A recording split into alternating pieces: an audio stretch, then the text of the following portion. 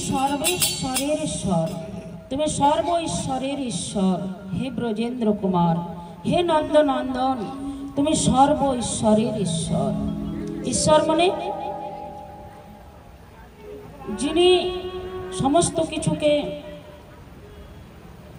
नियंत्रण करें ताके बला हय ईश्वर। तिनी ब्रजेंद्र कुमार। ब्रजेंद्र कुमार काके बोलছেন? जिनी ब्रजेर इंद्र। तो ब्रजेर इंद्र के ब्रजेर इंद्र हচ্ছেন नंद महाराज, तार पुत्र। तुम्हार इच्छाई विशेष सृजन संहार। आगे बोललाम जे भगवानेर इच्छा मात्रई जगत सृष्टि हो जाए, आबार भगवानेर इच्छा मात्रई जगत संहार हो जाए। आबार कोनो ब्रह्मांडेर दिके यदि भगवान एकटू भुरकुटी टेढ़ा करे देन ताहले सब प्रलय हो जाए। तब इच्छा मते ब्रह्मा करेन सृजन, तब इच्छा मते विष्णु करेन पालन, तब इच्छा मते शिव करेन संहार, तब इच्छा मते माया आसिबेन कारागार। ब्रह्मा तिनी सृष्टि करेছেন, विष्णु तिनी पालन करছেন, शिव तिनी संहार करছেন। এই সমস্ত কিছু একমাত্র গোবিন্দের ইচ্ছার দ্বারাই নির্ভর করে আছেন। ভগবান ব্রহ্মাকে সৃষ্টি করতে আদেশ করেছেন, ভগবান বিষ্ণুকে পালন করতে আদেশ করেছেন, ভগবান শিবকে সংহার করতে আদেশ করেছেন। সমস্ত কিছু ভগবানের ইচ্ছার দ্বারাই হয়। তো ভক্তগণ জিজ্ঞাসা করলেন যে হে মহামুনি ব্যাসদেব, আপনি তো খুব সুন্দর বললেন যে ভগবানের অনেক রূপ আছেন এবং ভগবানের অনেক কৃতিত্ব আছেন, তবে তার আরাধনা করলে, তার উপাসনা করলে আমাদের কি লাভ হবে সে কথাটি তো কৃপা করে বলুন। সকলে এই জগতে সকলেই তো কিছু পাওয়ার জন্য ছুটাছুটি করছে, জগৎ সংহার, জগৎ পালন করছেন, জগৎ সৃষ্টি করছেন, কিন্তু তার চরণ শরণ করলে, তার চরণে শরণাগতি হলে আমাদের কি লাভ হবে। তো মহামুনি ব্যাসদেব বললেন তাপত্রয় বিনাশায়, ত্রিতাপ জ্বালা সম্পূর্ণতরে বিনাশ হবে। আদি বৈদিক, আদি দৈবিক এবং আধ্যাত্মিক এই ত্রিতাপ জ্বালা পূর্ণতরে বিনাশ হবে এই ভগবানের শরণাগতি হলে পরে। কি বলেছেন? দৈহিক দৈবিক ভবতিক তাপ राम राज नाही कहुहि व्यापा। तुलसीदास जी त्रिताप ज्वाला के दैहिक, दैविक एवं भौतिक बोलें। आध्यात्मिक, आदि दैविक एवं आदि भौतिक। देखुन देवमय दिक थेके जे दुःखटा आसे ताके आध्यात्मिक दुःख बला हय एवं पंचभूतेर माध्यमे, पंच शरीरेर माध्यमे एवं पंच बस्तुर थेके जे दुःखटा आसे ताके आदि भौतिक दुःख बला हय एवं देवतार दिक थेके जे दुःखटा आसे ताके आदि दैविक दुःख बला हय।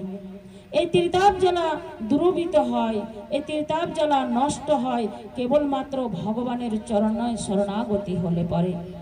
তাপত্রয় বিনাশায় শ্রীকৃষ্ণায় বয়ম নমঃ। এই ভগবানের কেবল প্রণাম করলেই ত্রিতাপ জ্বালা নষ্ট হয়ে যায়।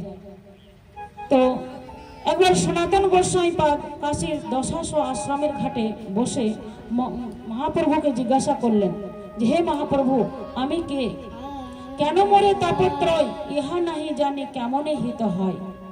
হে মহাপ্রভু, আমি কে, আর এই ত্রিতাপ জ্বালা কেন আমায় দগ্ধবোধ করছে, এখান থেকে উদ্ধারের উপায়, এখান থেকে নিস্তার পাওয়ার উপায় কি। তো তো শ্রীমান মহাপ্রভু সনাতন শাস্ত্রের শিক্ষার মাধ্যমে সনাতন শাস্ত্রকে কেন্দ্র করে এবং সনাতন গোস্বামী পাদকে উপলক্ষ করে মহাপ্রভু এই জগতের সমস্ত মানুষকে জ্ঞান প্রদান করলেন। যেই প্রকার শ্রীমদ্ ভাগবত গীতাতে ভগবান শ্রীকৃষ্ণ অর্জুনকে নিমিত্ত করে এই জগৎকে গীতা দান করেছিলেন। কি বলেছেন? সর্ব উপনিষদ গাভ দুগ্ধ ন গোপাল নন্দন পার্থ বৎস সুধীর ভক্তা দুধং গৃতং মৃতং মহাতা। সেই প্রকার আজকে শ্রীমন মহাপ্রভু তিনি সনাতন গোস্বামীকে নিমিত্ত করে সমস্ত জগৎকে জ্ঞান প্রদান করলেন। সনাতন গোস্বামী ৩টি প্রশ্ন জিজ্ঞাসা করেছিলেন। একটা প্রশ্ন জিজ্ঞাসা করলেন যে হে মহাপ্রভু, আমি কে? এ তীর্থাব জ্বালা কেন আমায় গ্রাস করছে? আর এর থেকে বিনাশের উপায় কি? এর থেকে পরিত্রাণের উপায় কি? প্রথম প্রশ্নের উত্তরে মহাপ্রভু বললেন, জীবের স্বরূপ হয় নিত্য কৃষ্ণ দাস, কৃষ্ণ ঠটস্থ শক্তি ভেদাভেদ প্রকাশ। হে সনাতন, তুমি জিজ্ঞাসা করলে তুমি কে? শুধু তুমি নও, এই জগতে সকল জীবের একটাই পরিচয়, তারা গোবিন্দের নিত্য দাস। জীবের স্বরূপ হয় নিত্য কৃষ্ণ দাস, তারা কৃষ্ণের নিত্য দাস, কৃষ্ণ চরণের দাস। দ্বিতীয় প্রশ্ন করেছিলেন, কেন মরে তাপত্রয়? বলেন, কৃষ্ণ ভুলি যে জীব অনাদির বহির্মুখ, অতএব মায়া তারে দেয় সংসার আদি দুঃখ। জগতের জীবের দুঃখ পাওয়ার একটাই মাত্র কারণ, কারণ তারা ভগবানকে ভুলে গিয়েছেন, মায়া উন্মুখ হয়েছেন এবং কৃষ্ণ বিমুখ হয়ে গিয়েছেন, সেই জন্য জীব তারা দুঃখ পাচ্ছে। তৃতীয় প্রশ্ন করেছিলেন সনাতন প্রভু, হে মহাপ্রভু, এ দুঃখ থেকে আমি কি করে উত্তীর্ণ হতে পারবো? আমার নিবারণের উপায় কিভাবে হবে? মহাপ্রভু বলেছিলেন, সাধু গুরু শাস্ত্র কৃপায় যদি কৃষ্ণ উন্মুখ হয়, সেই জীব নিস্তারে মায়া তাহারে ছাড়য়। সাধু শাস্ত্র গুরু কৃপায় যদি কোনো জীব ভগবত উন্মুখ হয়ে যায়, তার জড় স্বরূপকে ভুলে গিয়ে যদি আবার কৃষ্ণ দাস হওয়ার প্রতিষ্ঠিত করে, ভগবানের সেবা করে, ভগবানের নাম গ্রহণ করে, ভগবানকে প্রণাম করেন, প্রদক্ষিণ করেন, ভগবানের ভক্তের সঙ্গ করেন, তবেই মায়া তাকে ছেড়ে দেয়। সেই জীব নিস্তার হয়ে যায়, জীব আবার সেই প্রেমানন্দকে লাভ করে, আবার সে আনন্দতে আনন্দ সমুদ্রে জীব আবার অবদাহন করেন। বলেন, আনন্দম মুদিবরদনম প্রতিপদম পূর্ণামৃত আস্বাদনম সর্বাত্মনম স্বপনম পরম বিজয়তে শ্রীকৃষ্ণ সংকীর্তনম। এই প্রকার ভগবানের সচিদানন্দ রূপের বর্ণনা করলেন। ভক্তের মনে প্রশ্ন আসলো, হে মহামুনি ব্যাসদেব মহারাজ, ভগবান তো তিনি সচ্চিৎ আনন্দময়, তো এই ভগবান তিনি জগতের জগন্নাথ রূপেতে এইভাবে বিকৃতি রূপ কিভাবে ধারণ করলেন? তো মহামুনি ব্যাসদেব বললেন যে, কেন বাবা, তোমাদের কি করে এই জগন্নাথের রূপ বিকৃতি বলে মনে হলো? বলল, কেন মনে হবে না?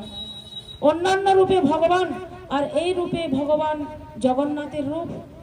অন্যান্য রূপে ভগবান রাম কৃষ্ণ তারা পদ্মলোচন ছিলেন, তাদের পদ্মের মতো আঁখি, পদ্মের মতো নয়ন, পদ্মের মতন হস্ত, পদ্মের মতো চরণ, কিন্তু এইখানে শুধু বড় বড় গোল গোল চোখগুলো পিণ্ডের মতো। তো মহামুনি ব্যাসদেব বললেন, আর কি? বলেন, হে মহামুনি ব্যাসদেব, অন্যান্য অবতারে ভগবানের অজানুলম্বিত বাহু ছিল, আর এইখানে দেখছি যে ভগবানের পূর্ণ হস্ত নেই, মনে হচ্ছে কাটা কাটা, অর্ধেক অর্ধেক হাত। তো মহামুনি ব্যাসদেব বললেন, আর কি? বললেন, আর কত বলবো? অন্যান্য রূপে ভগবানের কত সুন্দর মুখমণ্ডল, কত সুন্দর ভগবানের কণ্ঠ, কত সুন্দর ভগবানের বক্ষস্থল, কত সুন্দর ভগবানের উদর, কত সুন্দর ভগবানের নাভি পাদ পদ্ম, কত সুন্দর ভগবানের চরণ, কিন্তু এই অবতারে এসব কিছুই দেখতে পায় না। ভগবান তিনি এইভাবে জগন্নাথ রূপ কিভাবে ধারণ করলেন, আর এই জগন্নাথ রূপেতে ভগবান কিভাবে অবতার গ্রহণ করলেন? হে মহামুনি ব্যাসদেব, হে মহামুনি ব্যাসদেব মহারাজ, আমাদের কৃপা করে বলুন। এই কথাটি আমাদের বিশদভাবে বর্ণনা করে বলুন। তো মহামুনি ব্যাসদেব তখন সত্যযুগের কথা বলতে লাগলেন। বললেন, অবন্তী নগরে মালক নামে এক প্রদেশ ছিল। সেই প্রদেশের অধিপতি, সেই প্রদেশের রাজা ছিলেন মহারাজ ইন্দ্রদ্যুম্ন।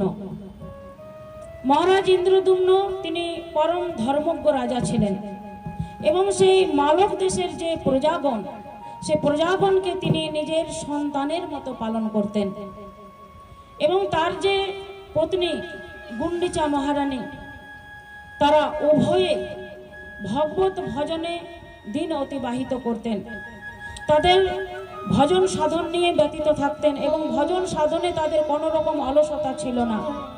তারা পরম আনন্দে এই ভজন সাধন করতেন।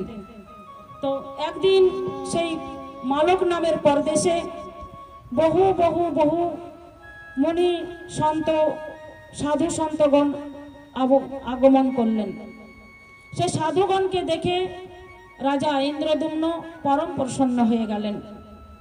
সমস্ত সাধুদেরকে স্বাগত জানালেন। বলেন, অহোভাগ্য অহোভাগ্য, আমার অহসৌভাগ্য যে আপনাদের মতো সাধুদের আগমন হয়েছেন। বহু ভাগ্যেরই ফলে বৈষ্ণব আসিয়া মিলে। বহু জন্মের ভাগ্যর ফল না থাকলে বৈষ্ণব আসেন না। তো আপনারা এসেছেন, আমার অহসৌভাগ্য। আসুন আসুন। সকল সাধু সন্ত মুনিদেরকে আবাহন করলেন এবং তাদের সকলকে পৃথক পৃথক আসন দিলেন বসার জন্য। তারপর রাজা ইন্দ্রদ্যুম্ন স্বয়ং তিনি নিজের হাতে সমস্ত সাধুদের চরণ ধৌত করে দিলেন এবং চরণ ধৌত করে দিয়ে চরণ প্রান্তে বসে তিনি প্রার্থনা করতে লাগলেন। অজ্ঞানকৃত মোহমদান্ধকারক নাশম বিধায় তত উদয়তে বিবেক। এই একই শ্লোকে গোস্বামী তুলসীদাসজি রামচরিত্র মানসে বর্ণনা করেছেন। বিন সৎসঙ্গ বিবেক না হই, রাম কৃপা বিন সুলভ না হই। তুলসীদাসজি বলেছেন যে বিনা সৎসঙ্গে বিবেকের উদয় হয় না। আপনাদের জীবনে আর কিছু প্রাপ্তি হোক বা না হোক, যদি শুদ্ধ বুদ্ধির প্রয়োজন হয় তাহলে আপনাদের সাধু সঙ্গ করতে হবে। সাধু সঙ্গ ব্যতীত কখনো বিবেকের উদয় হতে পারে না। আর সাধু সঙ্গ কখন হবে? তো গোস্বামী তুলসীদাসজি বললেন যে রাম কৃপা বিন সুলভ না হই, ভগবানের কৃপা না হলে কখনো সাধু সঙ্গ হতে পারে না।